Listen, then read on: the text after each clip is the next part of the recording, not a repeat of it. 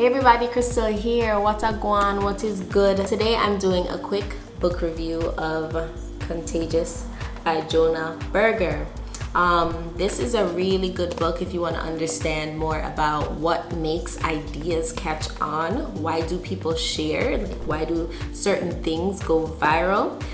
This book gives you a really good breakdown. But what I'm going to do in this video is to make it a bit more applicable to your business so you can apply some of the concepts that Jonah talks about in this book. So if you're interested in that, if you have your business that you're running, if you are struggling to stand out on social media, then definitely stay tuned for this video because I'm going to break down everything that I've learned from this book. Crystal here, also known as Stephanie. I dabble in drawing, dancing, and all things creative. But I found my place in helping creatives to grow their brand and make their vision a reality. So if you're into that type of thing, welcome to my channel. So a good friend of mine, also a mentor, he sent me this book just randomly one day. And it's something that he read before. He thought it was valuable. So he just hit me up one day. It was like, oh, what's your address? And within 2 hours, this book was on my doorstep. That's just the power of Amazon, y'all. Anyways, so even though I'm gonna go through and tell you guys what the book talks about and how to apply it to your business, you're still gonna want to read it for yourself because it's going to illustrate a lot more. It's gonna tell a lot more stories that will help you to get the point of the book. So don't be lazy, still buy the book. I'm gonna drop a link in the bio. So yeah, let's just get into it. So going right into what Jonah talks about as things that make products and services and ideas go viral, he starts by outlining 6 steps, and it's literally called STEPPS. S for social currency, T for triggers, E for emotions, P for publicity, P for practical value, and S for stories. So there's a few things that you can apply to your products, your messaging, your advertising, your content in order to boost the social currency of your customers. The first thing is to just be interesting. Be remarkable. Do something that's just weird, that's cool, that's out of this world, and make it interesting because people, of course, pay attention to things that are interesting. So a really good example that Jonah gives in the book is of this guy selling a blender. Now, it's just a blender, and most people on this side of the world have seen and used a blender. Nothing particularly remarkable about it. However, he had this idea one day to fill the blender with a whole bunch of marbles. He turned on the blender, and the blender literally pulverized the whole thing to dust. You know, that's pretty remarkable. We've seen a blender, but we've never seen a blender blend glass to dust before. That video went viral on social media, and the owner of that product, his sales just skyrocketed. Another thing that you can do is to use more game mechanics. So assign points to customers, give them rewards, give them badges for achieving a certain level in your company. So a really good example of this is with Audible. Every time you read a book, Audible gives you a little badge. So you might have something that says Night Owl if you're reading throughout the night, or you get a different badge if you're reading consistently every single day.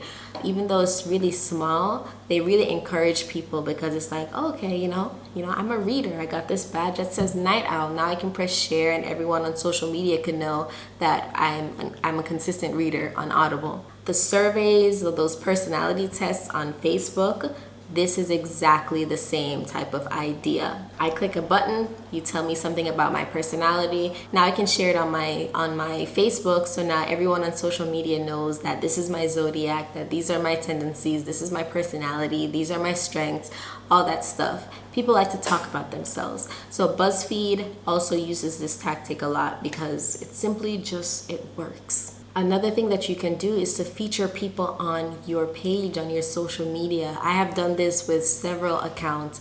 Every time I post someone on my profile, they're going to reshare it on their stories or on their page. On Facebook, they're going to want to tag themselves so it comes up on their profile, making people feel like insiders, feel exclusive, feel a part of something that is really going to help to boost your virality and make people want to share your content. So now let's move right along to triggers. Triggers are essentially just reminders for people to share. When you think about word of mouth, you can think about it in two ways. One, there's more immediate word of mouth. So like if something really just spectacular happens today, people are going to be talking about it throughout the day. But the more that time goes on, they're less likely to talk about it. But there's more ongoing word of mouth, and ongoing word of mouth is triggered by triggers. So they're reminders throughout people's days, maybe holidays, times of the day, things that they do within their day that reminds them about this thing and gets them to talk about it. So if you can find a way to link your product or your service to a particular ongoing event or activity, then people are going to be naturally reminded to purchase your product, to share your product, to talk about your product. So if you think about like candy and Halloween, or if you think about flowers and Valentine's Day, those are things that go hand in hand. So whenever Halloween comes around, then we know candy sales are going to go way up, because over time marketers have embedded in our heads that Halloween is a time to purchase candy. So for example, my family sells jerk sauce, and there's different ways that we can brand the product or to use trigger as a way to get people to talk about it. And one way could be, this could be a jerk sauce that is like your staple for Independence Days, 4th of July's, any type of holiday, your family barbecues. If we can go the route of trying to link our jerk sauce to holidays and barbecues, so that every time that comes around, people think, oh, I think I need to pick up a bottle of jerk sauce because, I have this family barbecue coming around. And so that's how triggers work. You want to link your product to something that's similar and get people to think about your product every time they think about a specific thing. And on the other hand, you also want to be reminding people over time, like spreading this message over time. Halloween and candy. If you want to create, buy an Apple product. If you're keeping a family barbecue, buy a jerk sauce. Keep that messaging ongoing. Another good example of this is with breakfast and cereal. I don't even know how I forgot to mention that, because it's not a coincidence that you eat all this sugar for breakfast, you guys. This is just marketing over time that made you associate breakfast time with cereal and milk. So you can create the same type of linkages and create triggers in people's heads as well, so that they can buy your product when they think about a certain thing. Next, we have E for emotions.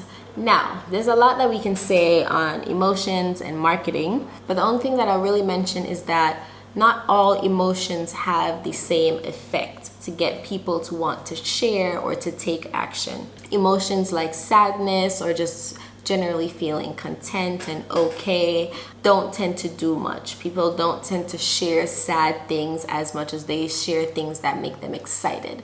So just keep that in mind. But within the book, it goes through a few of those high stimulating emotions that people tend to share. And I'm just going to go down the list. So we have emotions like awe and wonder. Think about the feeling when you see just a massive mountain. It triggers this feeling of awe and wonder, and so you want to go and tell people about it. A great example of this is with the Susan Boyle video, and this is what the book talked about as well. I'm pretty sure everyone, if you don't know that Susan Boyle video, go type in Susan Boyle and you'll really understand what awe and wonder can do. Because when that video was posted, within hours, it had millions and millions of views, just because everyone was so surprised by this, regular looking elderly woman coming out, kind of dressed kind of frumpy.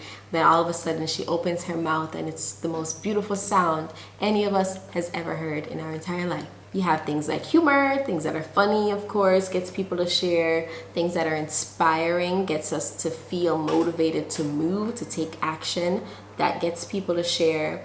And this is really popular content on YouTube too. Motivational videos, manifesting videos, things like that, that inspire people. They do really well on YouTube. And then there's also excitement, things that genuinely just get your blood pumping and get you moving. There are some negative emotions that also get people to share, like anger and anxiety.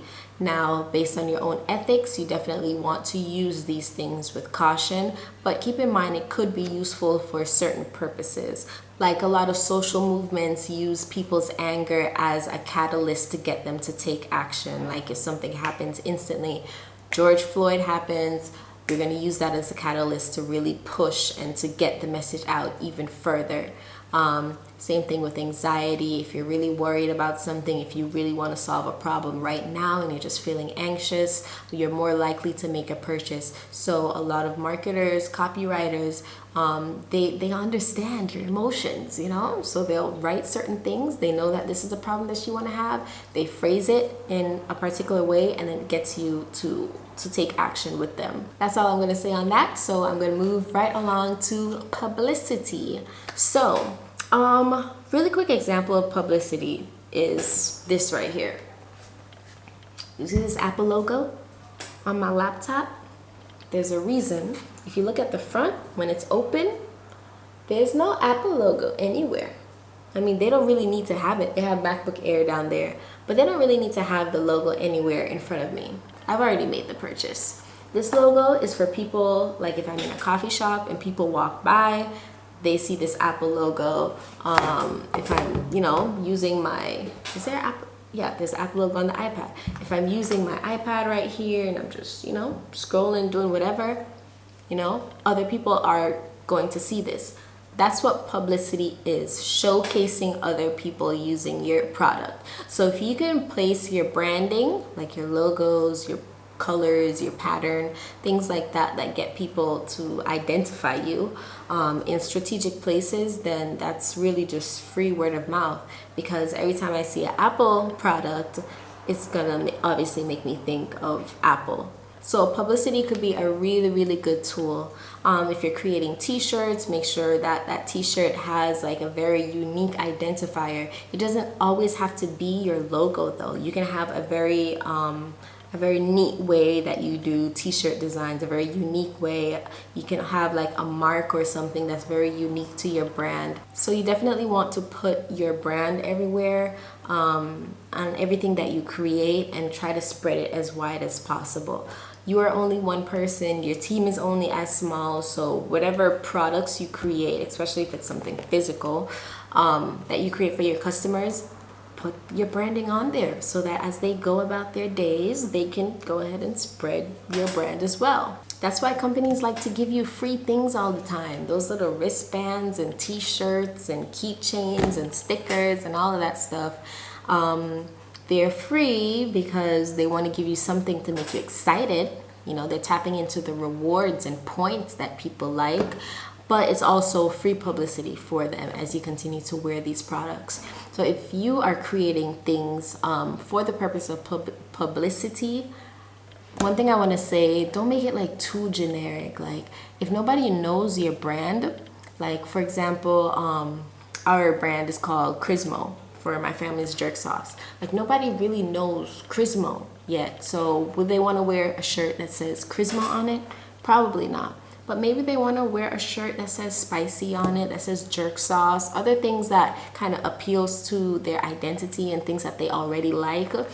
So make your branding something that will fit easily into people's everyday lives. The second P stands for practical value. Now, this is something that the internet is full of right now. People creating essentially educational content, things that make people's life easier, things that save them time, increases their health, builds their relationships, things like that. The only thing that I'll really go into with this is try to tap into people's basic desires. This is not something that the book talks about per se, but it's just something that I've learned over time from reading different things.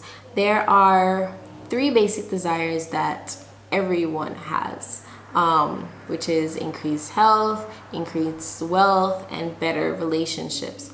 I actually think that there's 2 more, one which includes the mind and another that includes your spirit.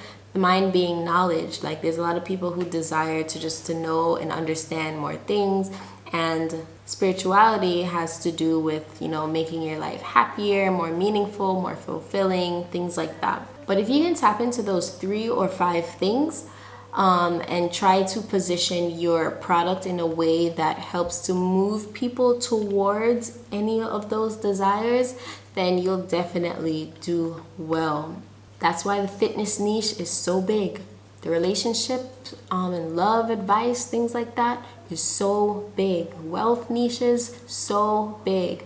Because it's really tapping into people's most basic desires and the most basic issues that everyone is having. But even if you don't have a product that's like neatly fits within each desire, you can find a way to make it relate. So let me give an example. And I think this was the example in the book as well, with the razor blade and Gillette.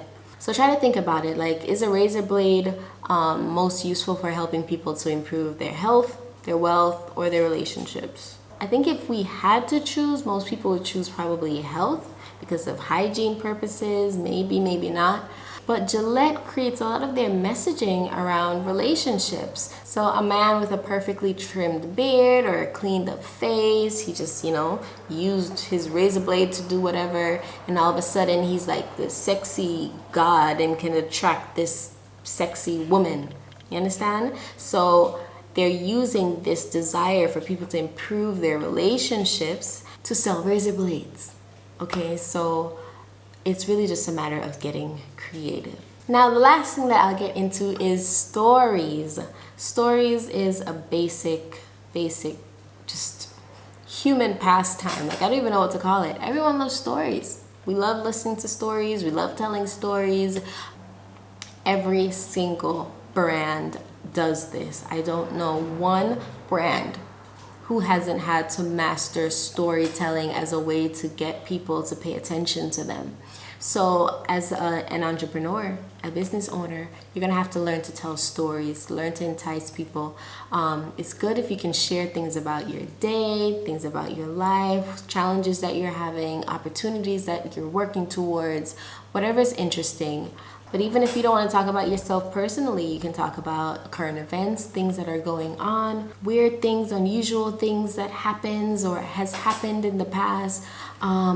Stories is so broad. I can go on and on about how useful stories are. One of my most popular videos on YouTube is called My Peace Corps Experience.